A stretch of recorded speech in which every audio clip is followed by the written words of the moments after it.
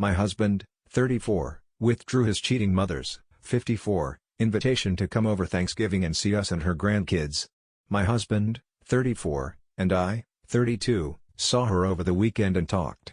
There was more to the story. What now?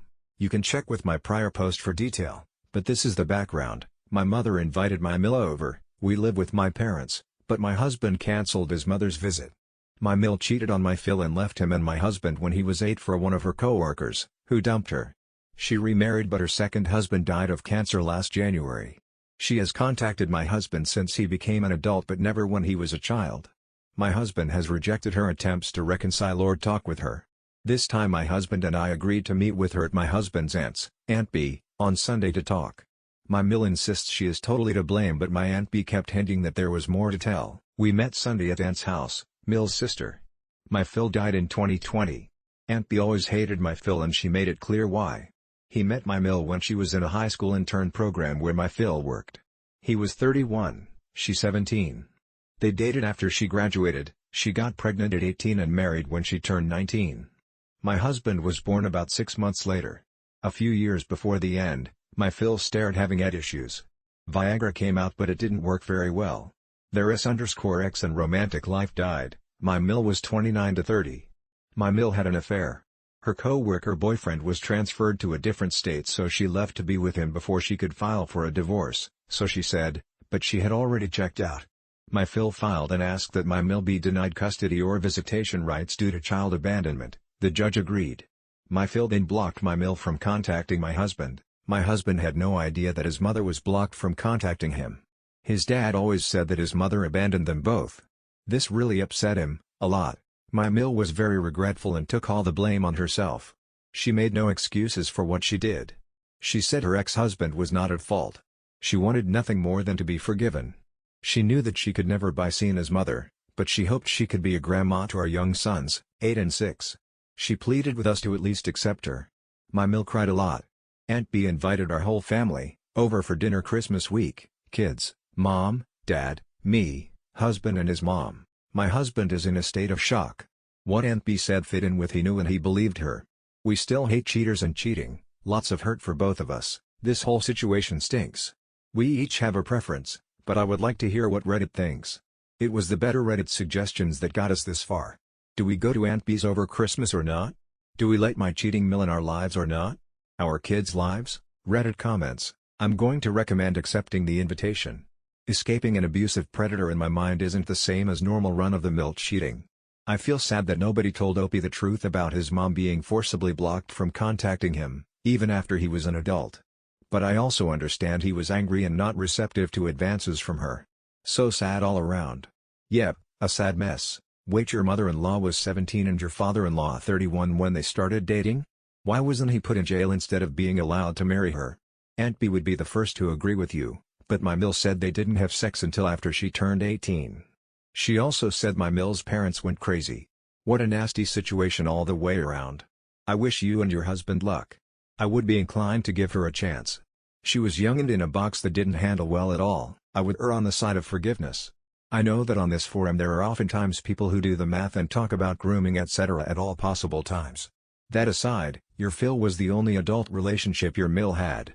She didn't get to grow up independently and mature and figure herself out doing all the stupid mistakes that we all do before being catapulted into motherhood and marriage.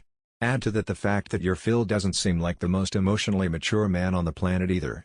If he blocked all contact of your husband's mother with his child, when a conscientious person would try to facilitate such relationship in spite of anything that happened between the spouses, unless the child would be exposed to danger or an unstable person, of course, is not a good indicator of his morals and ethics.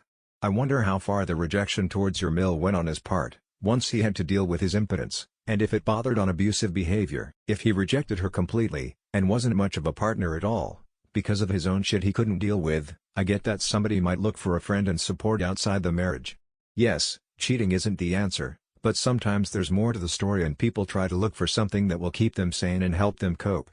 She doesn't seem unstable, malicious or abusive, a neglectful parent or a soulless and hairless person. I would give her a chance if I were you. People aren't perfect and they commit mistakes. They rarely do so in a vacuum. You sound like Aunt B. Yes, my husband is reading a lot of these comments and is leaning that way. I was in a similar relationship, though the age difference was higher when I was 18 until I was 26. Being with someone who doesn't work makes you do stupid stuff. I emotionally cheated on my so without realizing it, and once I figured it out I finally left. We don't know the truth of what happened in the house. I don't support cheating, but sometimes things can happen when a relationship is oppressive, horrible, and you feel like you're stuck with someone who pretended to be someone else before moving in. Either way, your husband's mother was a kid when they got together. I'm not saying either that I believe or support her cheating, but it happens sometimes. Then again, I am not saying that I don't believe his father's side either, as I don't know either of them. Go to a family counselor who has been trained to weed out liars/manipulators, because a lot of people will bulls_hit during counseling and use it as a way to look better or get what they want.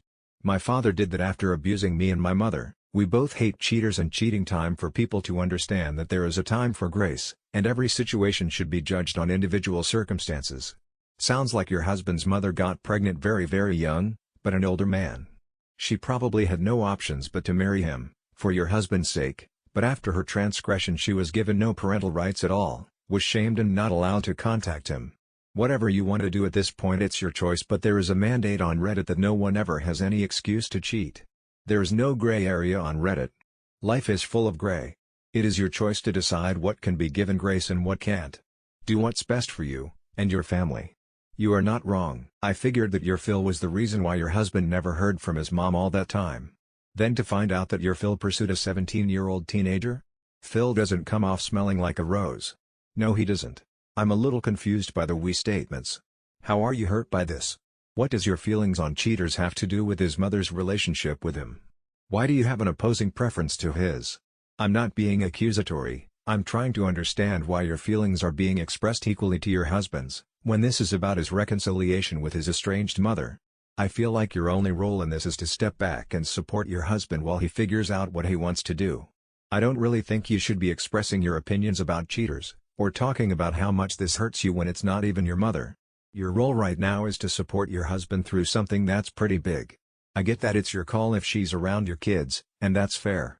But everything else, maybe I'm reading it wrong, but the way your post reads, it feels like you're interjecting yourself a lot in a situation that is more about your husband. Wait, what the F_CK?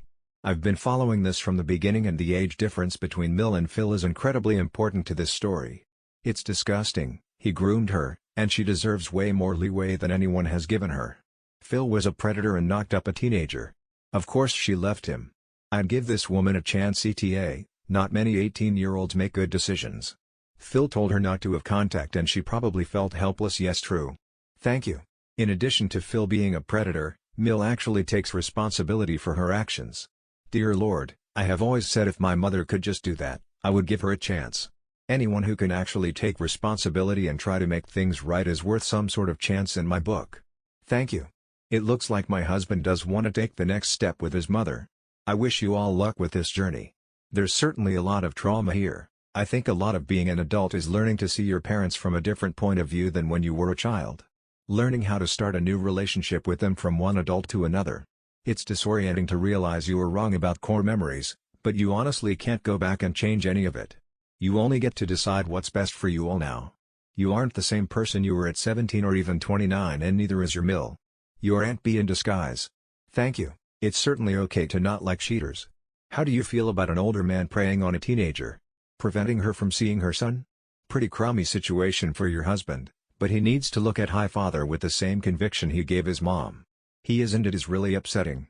Thank you.